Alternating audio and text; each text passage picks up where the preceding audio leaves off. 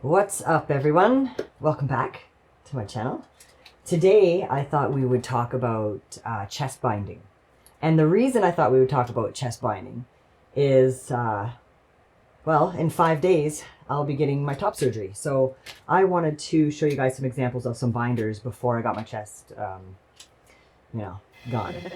I'm Ashton, and I'm transgender. This is me. This is my life. I'm not going anywhere. I know that for a lot of people, there's a lot of dysphoria and anxiety around your chest.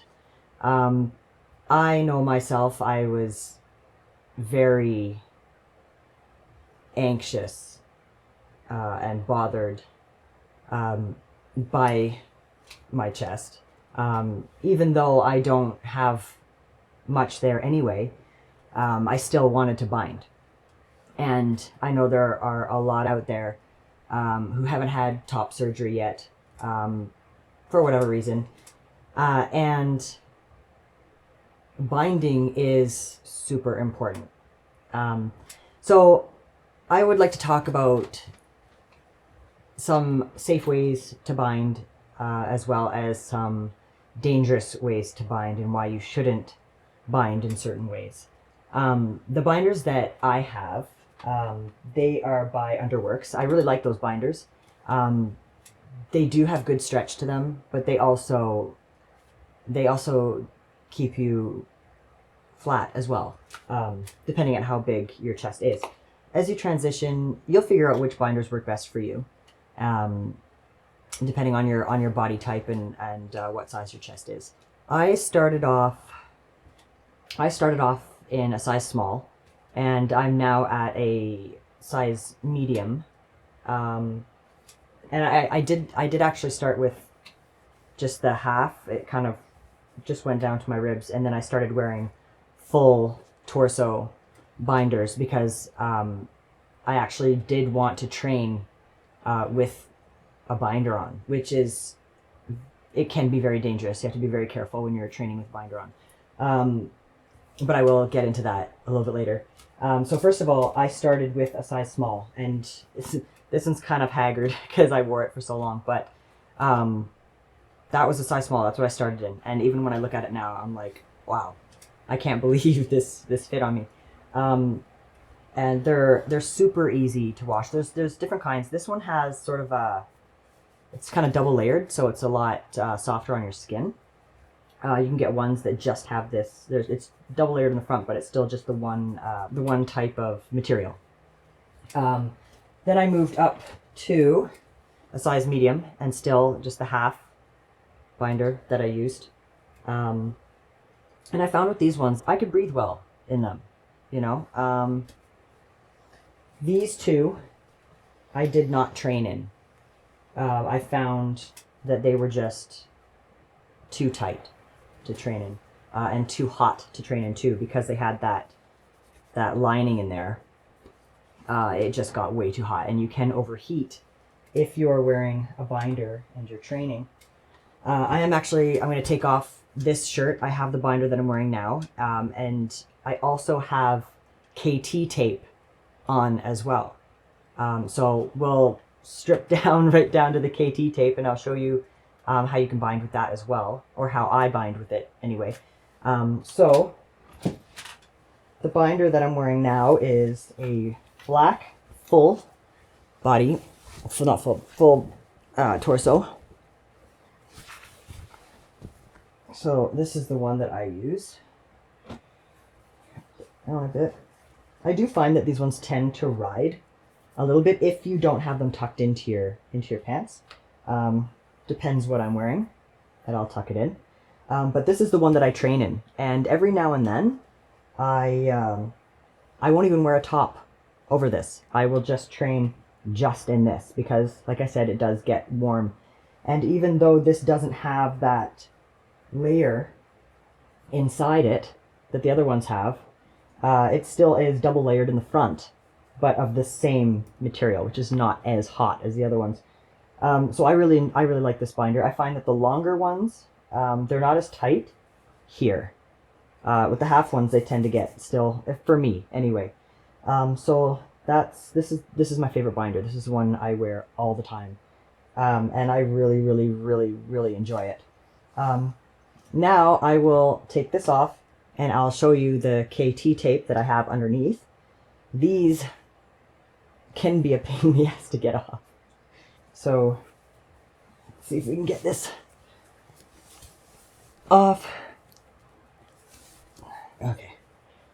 Actually, they can be really hard to get on too, especially if you're sweaty. So these are sort of just, I quickly threw them on, but this is how you can bind with KT tape. I have trained with these on just under a regular shirt, if you can get away with it, or if you're comfortable with that. They are super light, soft, they breathe, they withstand sweat, which is great. If you sweat a lot when you train, you can take a full breath, which is really important. When you're binding, you need to be able to take a full breath. I cut these ones, so they were longer, but I did cut them. So that's what I like to wear as well. I find that if I'm outdoors, in the backyard, tanning or whatever, boom, I'll throw these on, and you also get a sense of freedom, which is really awesome.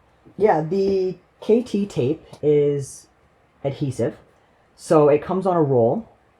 This is the wide kind. You can get also the narrow as well. And they're tear-away pieces.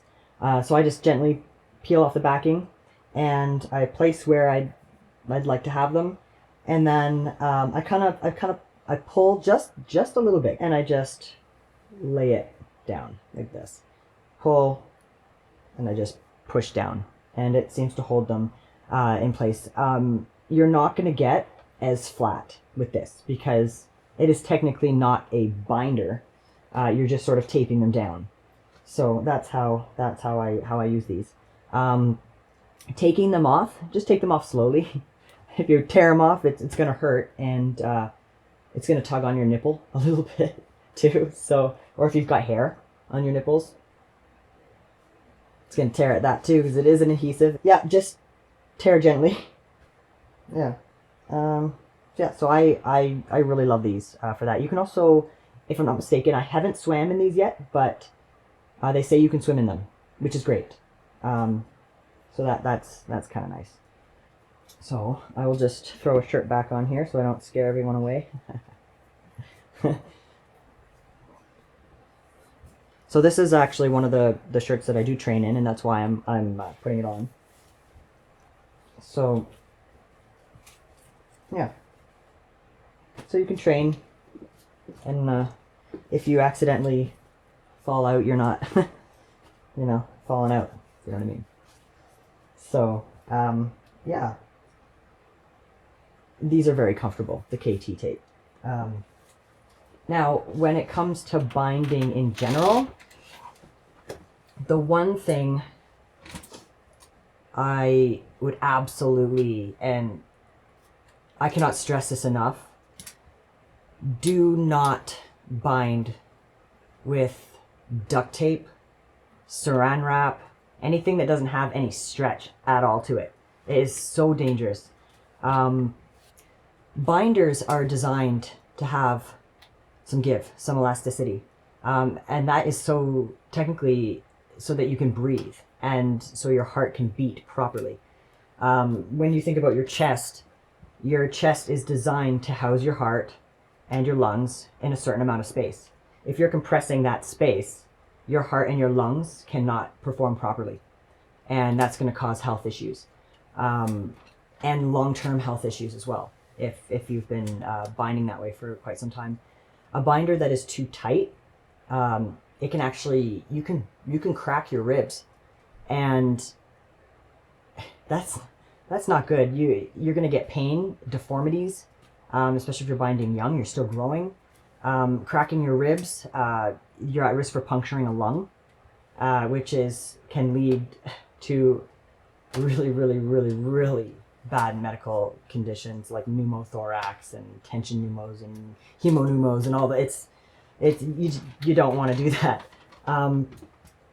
So binding too tightly is very, very dangerous. Your heart is a pump, right? It's pretty much feeding your entire body. Your lungs and your heart work together, oxygenate blood and feed your cells essentially. So if you've got your heart and you're sitting here and you're squeezing your heart and it cannot pump properly, no, not good. You're depriving it of oxygen, blood even. It needs a certain amount of blood in there to pump out. It needs a certain amount of space to receive blood. Binding too tight, your heart can cause palpitations. And of course, not being able to breathe is also going to increase your anxiety. So if you already have anxiety and you're increasing your anxiety even more, you're going to increase your chances of getting palpitations, which doesn't help. I almost, I kind of almost like to call, binding too tightly for your heart. I almost like to call it like binding angina, and technically angina is pretty much a lack of oxygen to your heart, usually caused by like heart disease or something like that. But yeah, if you're depriving your heart of oxygen and the nutrients that it needs to survive, it's not going to perform properly. Same with your lungs. You can damage your heart muscle, and eventually, if that keeps up, you can actually cause a heart attack. You don't want a heart attack, so you have to be very careful when you're binding, and that brings me back to using materials that don't have any give or stretch, like duct tape and saran wrap. As well as those types of materials, when you look at your skin, for instance, your skin is an organ. It is the largest organ in your body, and it needs to breathe. It requires oxygen. It's many, many, many living cells, millions of living cells. So if you're binding and you're cutting off the oxygen supply to your skin, it's going to start to break down. When skin starts to break down, you're at risk for bacterial and fungal infections. You're going to get acne, rashes, itching. It's terrible. You don't want that. You can even get really, even though it's almost over moisturized in a sense, too wet, you can actually create really dry, scaly skin as well, like a dermatitis, so to speak. So you want to avoid that too. So any types of materials that don't breathe, not good for your skin, especially if you have a larger chest and you have folds in different areas as well. Those folds, it's a breeding ground for bacteria. And you might think, well, I shower every day. It still doesn't matter. We're biological. Even our skin cells, everything creates waste in a sense. And anything that's sitting there for too long is just, it's not good. It's not good. It's going to create bacteria. When it comes to training and binding, if you train, you can wear a binder when you train. It's not recommended, but if you are going to train and you want to wear a binder, and you feel you need to wear a binder, you can just wear a binder that is a size larger, so that you can get proper chest expansion. You're at a higher demand for oxygen when you're training, and you need to allow your body to access that oxygen.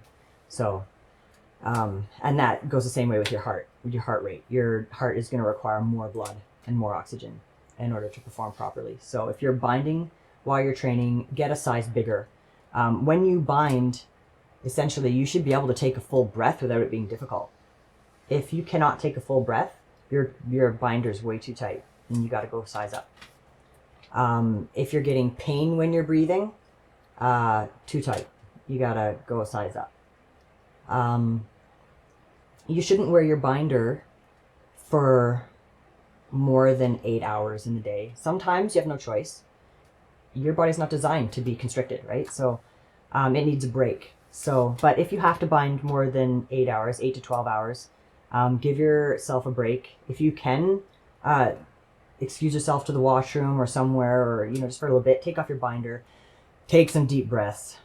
Allow your body to pretty much rejuvenate itself with oxygen and blood. And then put the binder back on. But give yourself some breaks. Take days off when you're not wearing a binder. Never sleep in a binder. Your breathing changes when you're sleeping. Everything, when you sleep, everything sort of isn't performing at 100%, so to speak. So if you're binding when you're sleeping and you already have issues with, like, what if you have sleep apnea already? Sleep apnea is when you essentially stop breathing for short periods of time throughout your sleep, and that can actually cause heart issues, enlarged heart, stuff like that. So if you already have sleep apnea and you don't know, and you're wearing a binder when you're sleeping, you can actually increase your sleep apnea, make it worse, or even cause sleep apnea. So that's dangerous. Allow your body to heal and breathe at night. I find just by laying down in a binder that it's super uncomfortable. If I'm just laying on the couch, I don't even lay down really, or if I'm putting the kids to bed, I'll change out of the binder and I'll just put a loose shirt on, and then I'll put the kids to bed, lay down with them, Another thing that is not good to use are ACE bandages and tensor bandages to bind. They don't stretch very well, and the ones that do stretch, you end up binding too tightly, right to its capacity, and then you've got no more give in the stretch. So don't do that. When you're binding all the time for long periods of time, it can also affect the skin elasticity. So if you're looking to have top surgery eventually, and you've been binding a lot previously,